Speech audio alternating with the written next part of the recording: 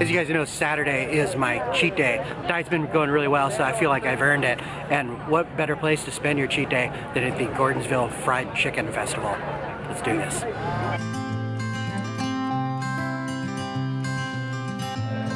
You had me at a low, 'cause where you go is where I go. I don't need nobody else. I got you, and you got me too. You can ride out of the blue. I wanna do what you want to. We can leave and run away someday, someday. I've been saving you, and you save me too. All right, we're leaving the Gordonsville Fried Chicken Festival. It was okay. We're actually a little disappointed. There seems to be a real lack of fried chicken there. There's only like 2 places that had fried chicken, and one of them ran out while we were waiting. So we've decided not to eat here. We're leaving and gonna go try this place we've always wanted to go to called Mama J's. It's in Richmond, so it's like an hour and 20 minutes away, but we're hoping to be worth it. We'll see you guys there. Yeah, I need it, don't you? That chicken festival had only been going on for 2 hours. Who runs out of chicken at a chicken festival in the first 2 hours? Come on, people. That's Fried Chicken Festival 101.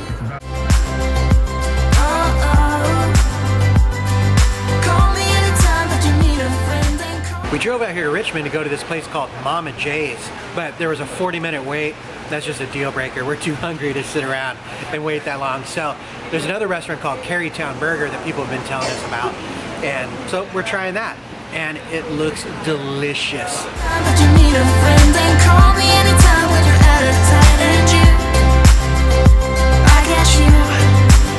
And you got me too. We can always make it through. What we do is what we do. I can take you anywhere, somewhere. What's up, guys? It's Thursday afternoon, and me and this big zit on my nose, we're spending the day packing. It's going pretty well. Miso's been helping out a lot, haven't you, Miso? I think Miso died. Anyway, one of the things I've noticed with all this packing is I own a lot of damn poker books. I can't believe I've read all these things. Check this out. I mean, look at this stack. If I would have taken the money I spent on poker books and put it into my bankroll, who knows where I'd be? I'd be playing 2-5 or 5-10 right now. It's crazy.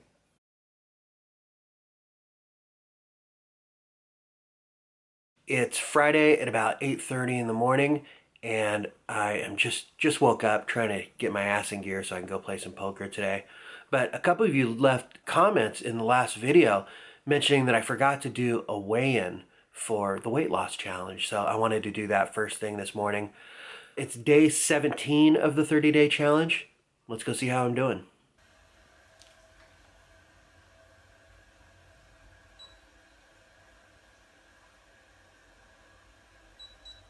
Well, there you go. It's going pretty well. That means I'm down 7.6 pounds, so only have 2.4 pounds to go or so. For those of you hoping to see me wearing a crazy colored beard, it's not looking good for you. Kind of crushing this thing, so feeling good about that. But like I said, I've got 13 more days. Just gotta keep losing it. Gonna keep at it. And as you know, I usually play poker on Fridays, but man, I'm just not feeling it today. I'm feeling really run down. I don't know if it's the lack of carbs or the fact that I quit caffeine this week. That may have something to do with it. But I can't do it today. If I've learned one thing over the last couple years, it's that when you're not feeling like playing poker, you probably shouldn't. I don't want to drive all the way out there just to play my C game and probably lose a bunch of money. I'm going to stay home today. We're having another garage sale tomorrow, so I've got a ton of stuff I can do prepping for that. I want to continue studying. I've been studying real hard this week. I've been reading a couple books. Andrew Simon's Easy Game, I'm still working through that. And actually going through it again, I should say. And then working my way through a book called Beat the Donks, which I'm really enjoying as well. So I'm going to work on that, probably play a little bit online, maybe take a break later and go to the movies. I've been wanting to see Guardians of the Galaxy really bad. Guardians of the Galaxy 2, I should say. I've wanted to see that. So maybe I'll take a break and go see that later. But otherwise, just going to prep for the garage sale. I'm going to go play poker this week. It's Memorial Day weekend, so the games should be good all the way through Monday, and I'm sure there's a bunch of great promotions going on and stuff, so I'll figure out some time to do that later. But yeah, we'll go crush them this weekend. I don't know. Do I crush? Not very often. All right. I can't believe it, but I found another box of poker books. I have so many damn poker books. This one has videos too, and they're pretty good. First of all, we've got Phil Hellmuth's $1 Million Online Poker Secrets. When you think of online poker, you think of this guy, Phil Hellmuth, so this is pretty good. Oh, this is a good one. Howard Lederer's Secrets of No Limit Hold'em. Man, guy should have spent a little more time thinking about morality maybe, and not just screwing everybody over in the poker community, and a little less time revealing his secrets of No Limit Hold'em. It's pretty cool. Oh, his sister, How to Beat the Big Boys. This is going to be a classic. You've pretty much got Super System and then Annie Duke's How to Beat the Big Boys, so that's pretty cool. And then finally, what library would be complete without the official Poker Chip Tricks? It's official, so you know it's legit.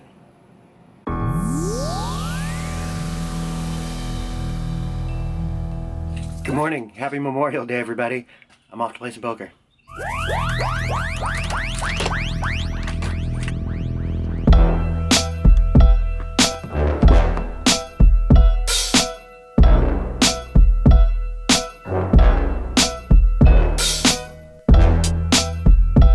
I've decided to drive out to Maryland Live again. The last time I played there a couple sessions ago, I really liked it.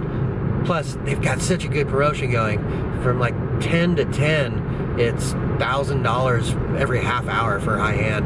I just can't pass that up. It makes the game so good. Also, I haven't played on a holiday in a long time. I usually stay, you know, my wife is usually off on those days, so I usually stay home. But since I didn't play Friday, I'm going out today. I'm hoping that there's a lot of, I don't know if you guys have noticed this, but it seems like on holidays a lot, you'll get couples that come and the husband will be dropped off in the poker room for a couple hours, and oh, that's just my dream player. They just sit there, they've only got a couple hours, so they play almost every single hand. They're betting, they're just action players because they're on such a time limit, and they get to play like, you know, once a month, so they feel obligated to just get as many hands in as they can. Oh, I hope there's a bunch of those people there. Fingers crossed.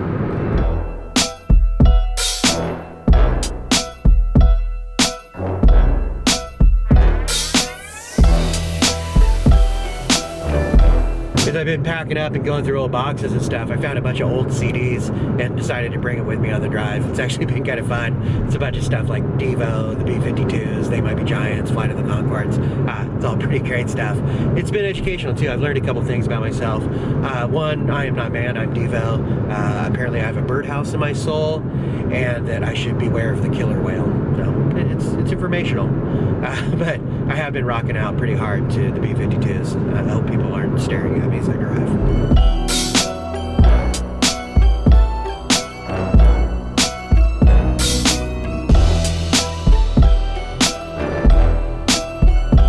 I made it out here to Maryland Live, no problems, absolutely no traffic, so that's awesome. But ready to play some poker, go put my name on the list.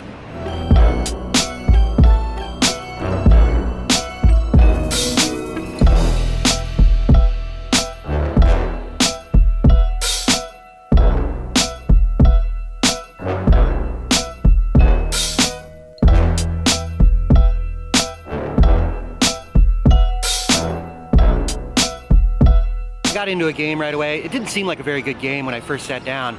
I had picked up a few premium hands right away, pocket kings, ace queen, things like that. Raised, everybody folded. Even in one hand where I was on the button and there was 5 limpers, I raised a 12 and everybody folded, so it seemed pretty tight. But then I picked up pocket deuces in the small blind. Let's go back to the house and talk about it. Cool, let's talk about this hand. I'm in the small blind with a stack of about $210, and I look down to the deuce of club, deuce of diamonds, so pocket deuces. There's a couple of limps I complete in the small blind, and the big blind makes it $7. The hijack and myself both call. So with $23 in the pot, we see a flop of King of Hearts, 10 of Hearts, Deuce of Spades. It's a pretty gin flop for me. I go ahead and decide to check raise. There is a flush on the board, so I don't want to give any kind of free cards there. Slow playing, so I go ahead and check, hoping that the big blind will make a continuation bet. He does. He makes it 15.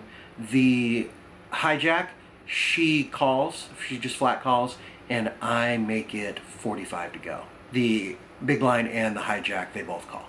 At this point, I'm feeling pretty good about the matchup between me and the big blind, the initial raiser. I put him on a pocket pair. Could be a very premium pocket pair. Could be just kind of a medium pocket pair, or ace king. That definitely seems like it's in his range. As far as the hijack is concerned, the flat calling very much looks like a draw of some kind, and most likely I would guess hearts at this point. With $158 in the pot, we see a turn, which is the Queen of Clubs. Not a great card, but not a horrible card either. I decide to go ahead and continue my aggressive line, and I bet out 70. The big blind flats, and the hijack, who has us all covered, she goes ahead and raises all in. Of course, I'm pretty worried that she has ace-jack. I could very much see her doing this kind of flat calling line with ace-jack of hearts, which just got absolutely slammed by this flop. But it doesn't really matter for me here. There's no way I lay down in this spot. Even if she turned over ace-jack right here, there's no way I can lay this hand down. With an effective pot of $246 and the possibility of the big blind calling and making that pot $334, my hand's just too strong with too many outs to lay down here. So I go ahead and toss in my last 88 bucks. And as I'd hope, the big blind, he calls as well. So $334 in the pot with no more betting, and the river bricks out with the 4 of diamonds. Sure enough, the hijack flips over ace-jack offsuit for the straight made on the turn and takes down the pot. Surprisingly, the big blind shows ace-king offsuit for top pair, top kicker. This just seems like a horrible line on their part, for at least in my opinion. I don't think it could have been any more clear in this spot that top pair, top kicker was no good, with just all this aggression and money being thrown into the pot. It just seems like he's burning money at this point.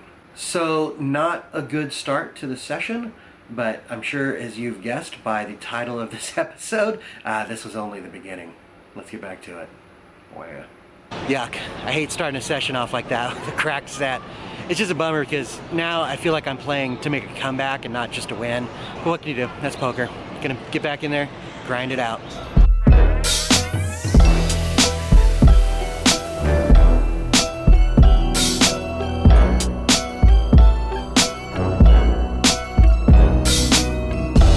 Somebody in the comments made a good point that I set up a punishment for failing the weight loss challenge, but I didn't set up a reward in case I was successful at it. So what do you guys think? Put it in the comments. What should be my reward if I lose 10 pounds in 30 days? Let me know.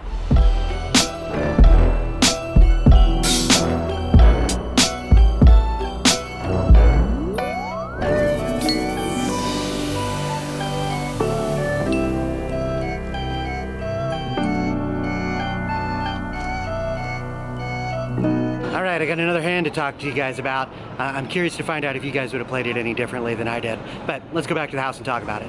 You guys asked for more hand analysis, and damn it, I'm gonna give you more hand analysis. So let's do a second hand here. I am in the hijack with about $260 in my stack, and I look down to ace of club, king of hearts. Under the gun and a middle position player limp, I make it $12, and both the under the gun player and the middle position player call. $39 in the pot, and the flop comes king of clubs, 9 of clubs, jack of hearts. Of course, I like the flop. I hit top pair, top kicker, but the board's pretty wet. It gets checked around to me, and I go ahead and put out a bet of $15. Probably should have bet a little bigger here. It's less than half pot. I think a bet of about $25 would have been a much better bet. But at this point, I've been getting beat up pretty well, and I think I just gotten a little bit gun shy and bet a little smaller than I might too if I was in my normal state of mind. I didn't consciously have any of these thoughts, but take enough bad beats and coolers in a row, and it starts to take its toll, I guess. Anyway, I do bet $15, under the gun folds, and the middle position player calls. So here we go to the turn, $69 in the pot, and it comes 7 of clubs. Again, I lead out making way too small of a bet. I only bet $25 into the $69 pot. Middle position player check raises me, raises it to $60, leaving himself only $85 behind. I can't imagine I'm good at this point. I have a feeling I'm looking at either a made flush here or something like two pair or a flopped set that was slow playing and is now trying to protect itself from the flush on board. But with the ace of clubs in my hand and only having to call $35 more into this $130 pot, $129 pot, I don't think there's any way I can lay my hand down. But calling here is not really my concern. That seems easy. What concerns me is what happens when I miss my flush on the river and he sticks in his last $85. Am I calling there, or is this an easy fold? Unfortunately, I get to find out. I go ahead and call, and the river comes the 4 of diamonds. Just like in the previous hand we analyzed, the evil 4 of diamonds comes out. And sure enough, the villain sticks in his last $85. So what do you do here? Leave it in the comments. It's $85 to win 274, so you're getting what? Just a little over 3-to-1 odds. In my opinion, I think even though we may have the odds to call here, I think this is a pretty clear laydown. It'd be very unusual for a player at these stakes to make this kind of double barrel all-in bluff. So even though it's only 85 to call, I really don't think we're good here. But since I'm tilting pretty hard, I go ahead and decide to fish it up and toss in 85 bucks, making the call. The villain, he turns over 9-9 for a flopped set, and we wave goodbye to some more chips. Good times.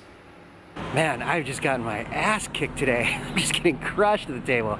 I just lost another buy-in. I had top 2 against a set. But man, it seems like every time I flop a set, somebody's making a straight. Every time I make a straight, somebody's making a flush. You guys know how it goes. It just kind of hit me all at once. I've only been playing 2 hours and I'm down 2 buy-ins, which is actually my stop loss. I instituted a stop loss of 2 buy-ins, and this is hard, but I'm gonna try and stick to it.